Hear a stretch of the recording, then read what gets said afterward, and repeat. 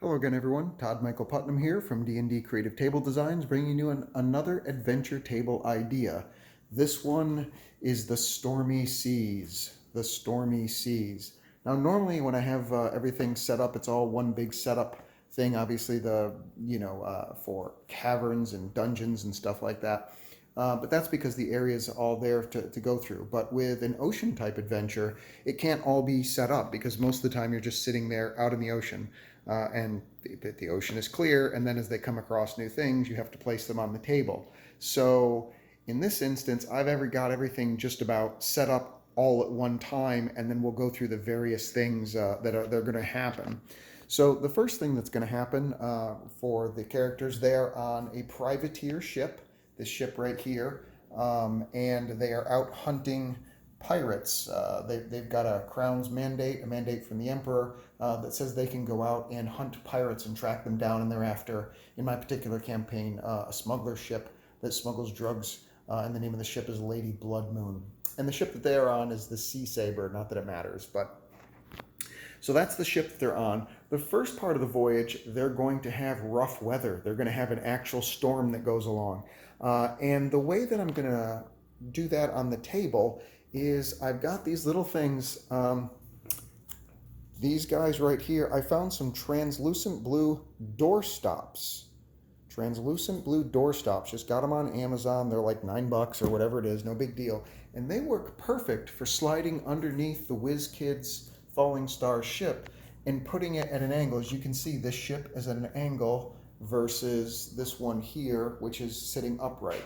So by putting two of them underneath the WizKids Falling Star, I can put the ship up at an angle, and then I'll be using these wave pieces that I got from Griffin Co. GRIFFONCO.com, griffinco.com. I get a lot of stuff from them. I've mentioned them before. And those are just little miniature waves. So I got them all painted up to match my water mat, which is from Warzone Studios.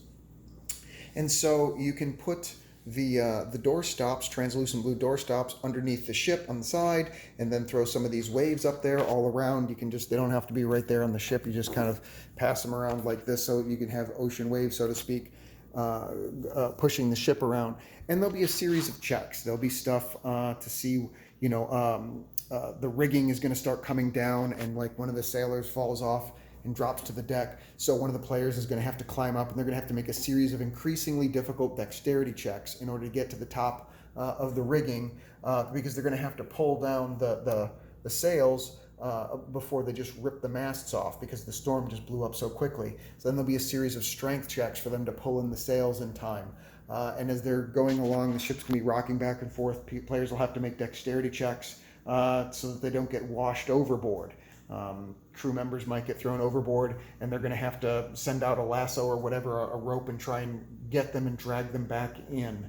And a variety of events of that nature.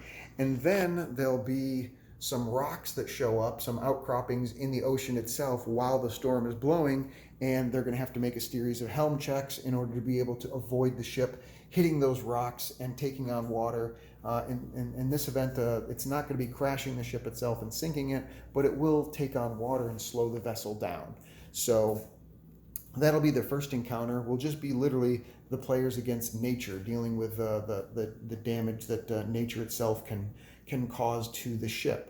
The second encounter is going to be after the storm is over. They're going to come across another ship that looks like a merchant vessel that is tilted off to one side a little bit. I think this is the right side is starboard, I think right side starboard. So they're going to come across a merchant ship that is tilting to the starboard side, and they're going to see that a number of the crew members are in fact laying there on the deck looking pretty wiped out, like they themselves have taken a lot of damage there, and their ship is obviously taking on water from the storm that they just passed. Maritime law says that they have to assist any merchant vessel that looks like it's in distress. If the privateer ship wants to collect any bounties, and this ship ever makes it back into port and reports the fact that the Sea Saber did not assist them, that's it. They'll lose their license, their mandate from the crown. So the players are going to have to swing the ship around and try and assist the vessel. But as it turns out, it's not actually a distressed vessel. This is just a ploy. These guys are actually all pirates. They're feigning death or feigning injury. They've got a whole bunch of ballast tied to one side in order to make the ship be off kilter, so that it looks like it's in distress, and they just lay about. And as soon as the player's ship, the Sea Saber, comes up next to it on the high side, it wouldn't come on the low side, because if it was indeed a ship that was taking on water and it was to capsize, you certainly wouldn't want the vessel to capsize on top of yours.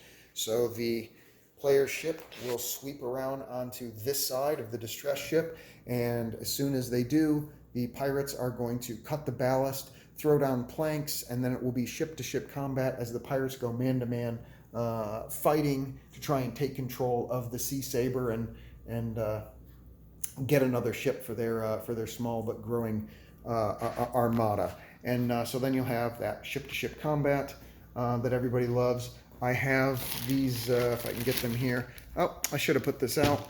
Let's see. Hold on one sec.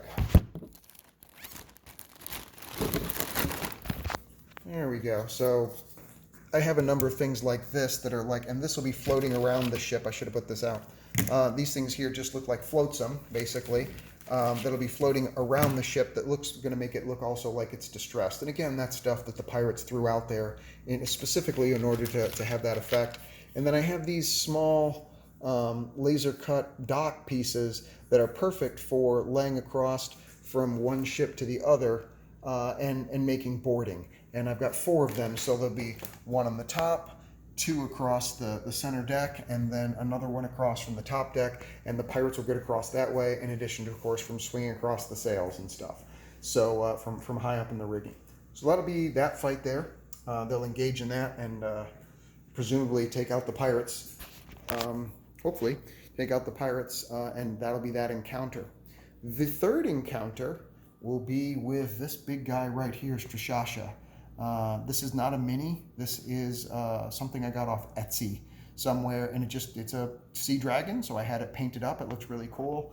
So I just got that painted up, and Strashasha is going to come out, and she's going to demand a toll from the players from the Sea Saber ship. Strashasha is going to say that she demands that they hand over 1 sailor for her to eat and to sacrifice it, and she will then let them pass. If they do not do so, then what Strashasha is going to do is similar to how I have it set here against the ship.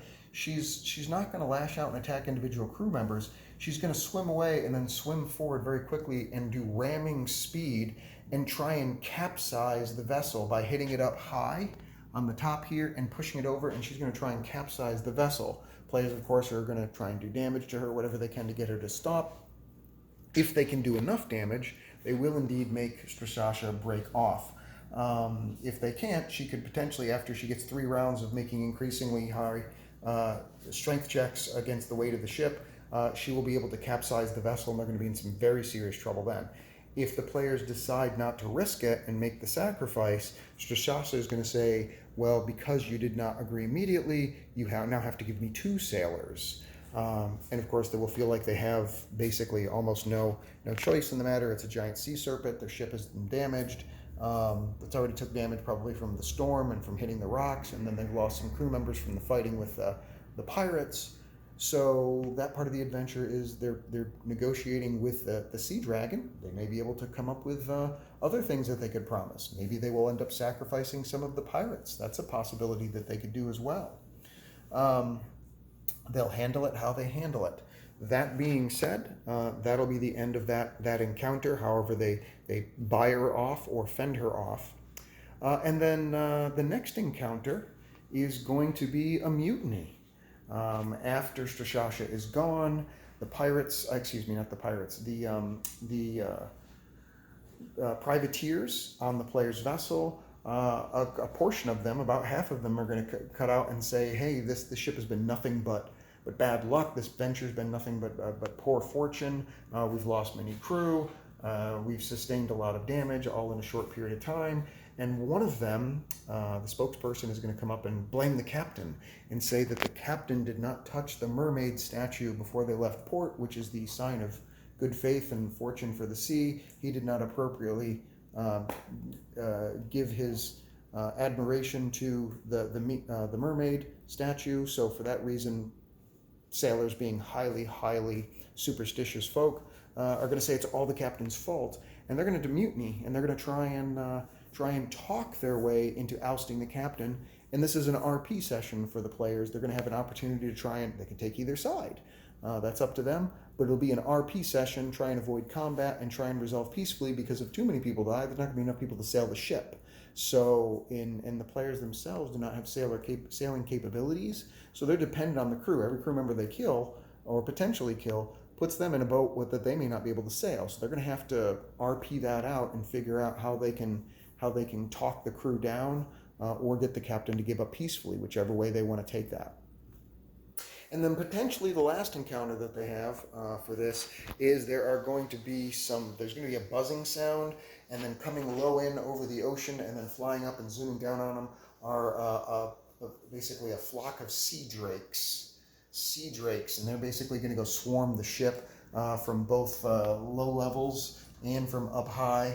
And I use these stands from Tinkered Tactics Combat Tiers base set. That is like the worst name, I've got to be honest with you. It's very cumbersome. There's another company called Axe and Shield. See how simple that is? Axe and Shield doesn't really relate to stands, but at least it's simple to say. But Tinkered Tactics Combat Tiers base set, good grief, is the ones that I got. They are fantastic. I like the product. It's great. Just the name is a mouthful.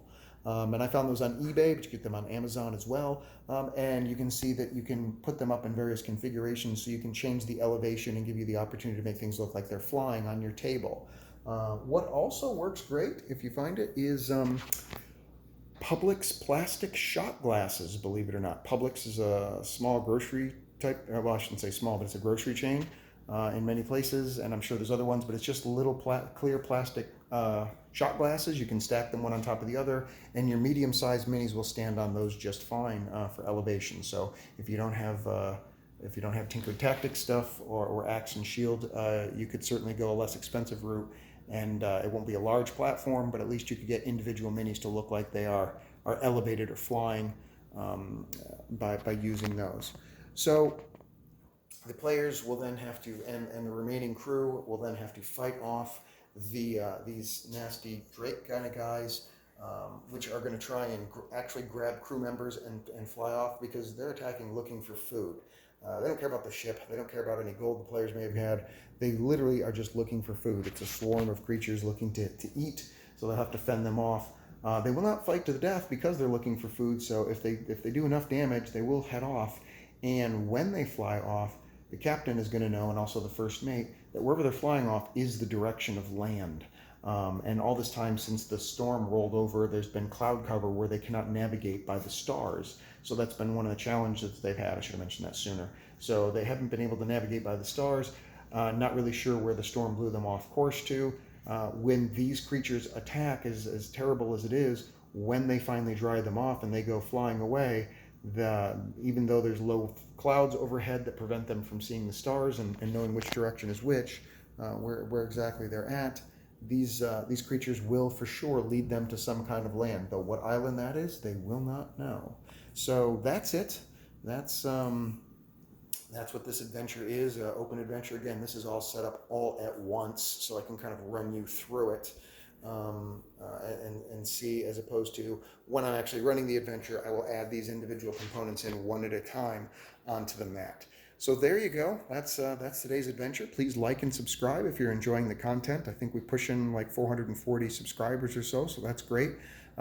Please like and subscribe if you'd like to see more of these videos, and leave any comments below if you have any questions. Thanks for watching, and I will see you next adventure. Take care. Bye.